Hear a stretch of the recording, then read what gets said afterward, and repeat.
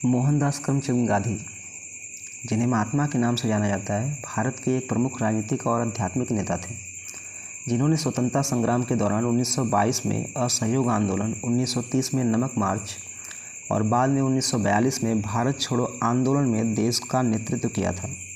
इनका जन्म गुजरात के पोरबंदर में 2 अक्टूबर सन 1869 में एक सामान्य परिवार में हुआ था।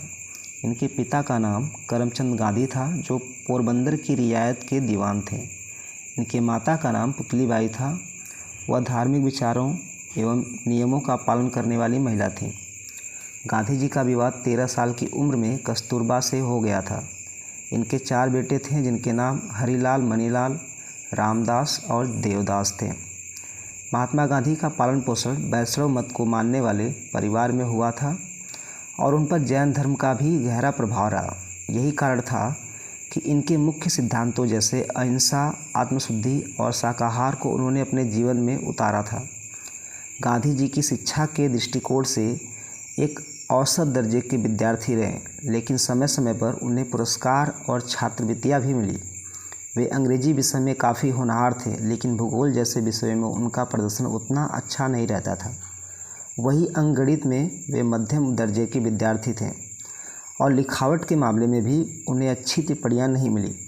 हालांकि गांधी जी अपने माता पिता की सेवा, घर के कार्यों में माँ का हाथ बटाना, आज्ञा का पालन करना, सैर के लिए जाना, यह सब करते थे। स्कूल का जीवन समाप्त होने पर मुंबई के एक कॉलेज में कुछ दिन पढ़ने के बाद वे लंदन चले गए और उनकी आगे की शिक्षा दीक्षा लंदन में हुई।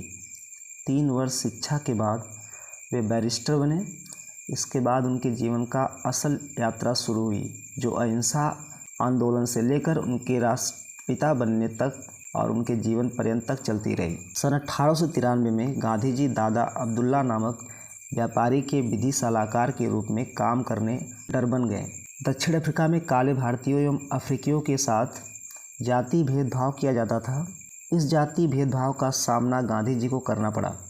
अफ्रीका में गांधी जी के कार्यों ने उन्हें पूरी तरह से बदल दिया। एक दिन डरबन के एक न्यायालय में वहां के दंडाधिकारी ने उन्हें अपनी पगड़ी उतारने को कहा।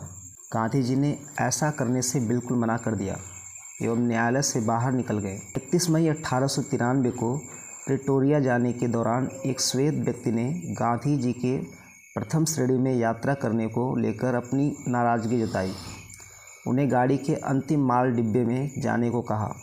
गांधी जी ने अपने पास प्रथम श्रेणी का टिकट होने की बात कहकर जाने से इनकार कर दिया, जिसके बाद पीट मेरित वर्ग में उन्हें ट्रेन से उतार दिया गया था। सर्दी का समय था। स्टेशन की प्रतीक्षालय में गांधी जी ठंड से ठिठुरते रहे। उसी समय गांधी जी ने यह फैसला किया कि वे अफ्रीका में रहकर भारतीयों के साथ हो रहे जाति भेदभाव के विरुद्ध संघर्ष करेंगे। इसी संघर्ष के दौरान उन्होंने अहिंसात्मक रूप से अपना विरोध जताया, जो बाद में सत्याग्रह के नाम से जाना गया। आज भी वहाँ शहर के मध्य चर्च स्ट्रीट में गांधी की कांस्य मूर्ति स्थापित है। गांधी जी ने अपना पहला सत्याग्रह सन 1917 ईस्वी में बिहार के चंपारण जिले से शुरू किया। अंग्रेज यहाँ नील के बागान के मालिकों का शोषण किया करते थे। गांधी जी ने इनके साथ हो रहे अत्याचार का विरोध किया। फलस्वरूप गांधी जी को जिला प्रशासन के द्वारा जिला छोड़ने का आदेश दिया गया। गांधी जी के इस आदेश को मानने से इनकार करने के बाद दंडाधिकारी ने उनके खिलाफ मुकदमा स्थगित कर दिया एवं उन्हें जमानत के बिना रिहा कर दिया। भारत में सत्याग्रह के रूप में अपने पहले प्रयोग की सफलता ने देश में गांधी जी की प्रतिष्ठा बढ़ा दी। अगस्त 1932 में सामुदायिक अधिनिर्णय की घोषणा हुई, तब गांधी जी जेल में थे। इस अधिनिर्णय के अंतर्गत अल्पसंख्यक वर्गों के लिए एक अलग निर्वाचन क्षेत्र निर्धारित किया गया। यह हिंदू समुदाय को विभाजित करने का प्रयास था, इसलिए उन्होंने इस अधिनियम का विरोध जताते हुए आमरण अनशन की धमकी दी। वे 20 सितंबर 1932 को अनशन पर बैठ गए। इस बात ने पूरे देश में सनसनी पैदा कर दी। इस स्थिति को संभालने के लिए पुनः अधिनियम पारित किया गया, जिसके अंतर्गत विधानमंडल में अल्पसंख्यक वर्गों को संयुक्त निर्वाचन क्षेत्र के अंतर्गत विशेष आरक्षण प्रदान किया गया। 8 मई 1933 को गांधी जी ने हरिजनों के हित के लिए 21 दिनों तक अनशन की घोषणा की। जेल से निकलने के बाद गांधी जी हरिजनों के हित लाभ के लिए अत्यंत तत्पर दिखाई दिए। सन 1919 ईस्वी से 1932 ईस्वी तक राष्ट्रहित में निकाले जाने वाले यंग इंडिया नामक साप्ताहिक समाचार पत्र के स्थान पर अब हरिजन समाचार पत्र निकाला जाने लगा।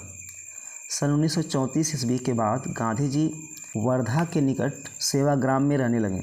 यहाँ उन्होंने विस्तृत रचनात्मक कार्यक्रमों के लिए एक नए केंद्र का गठन किया। इसका उद्देश्य शिक्षा को सभी वर्गों के लोगों तक पहुँचाना था।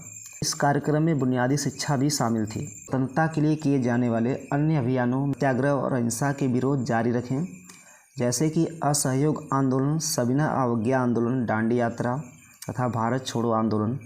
गांधी जी के इन सारे प्रयासों से 15 अगस्त 1947 को स्वतंत्रता मिल गई।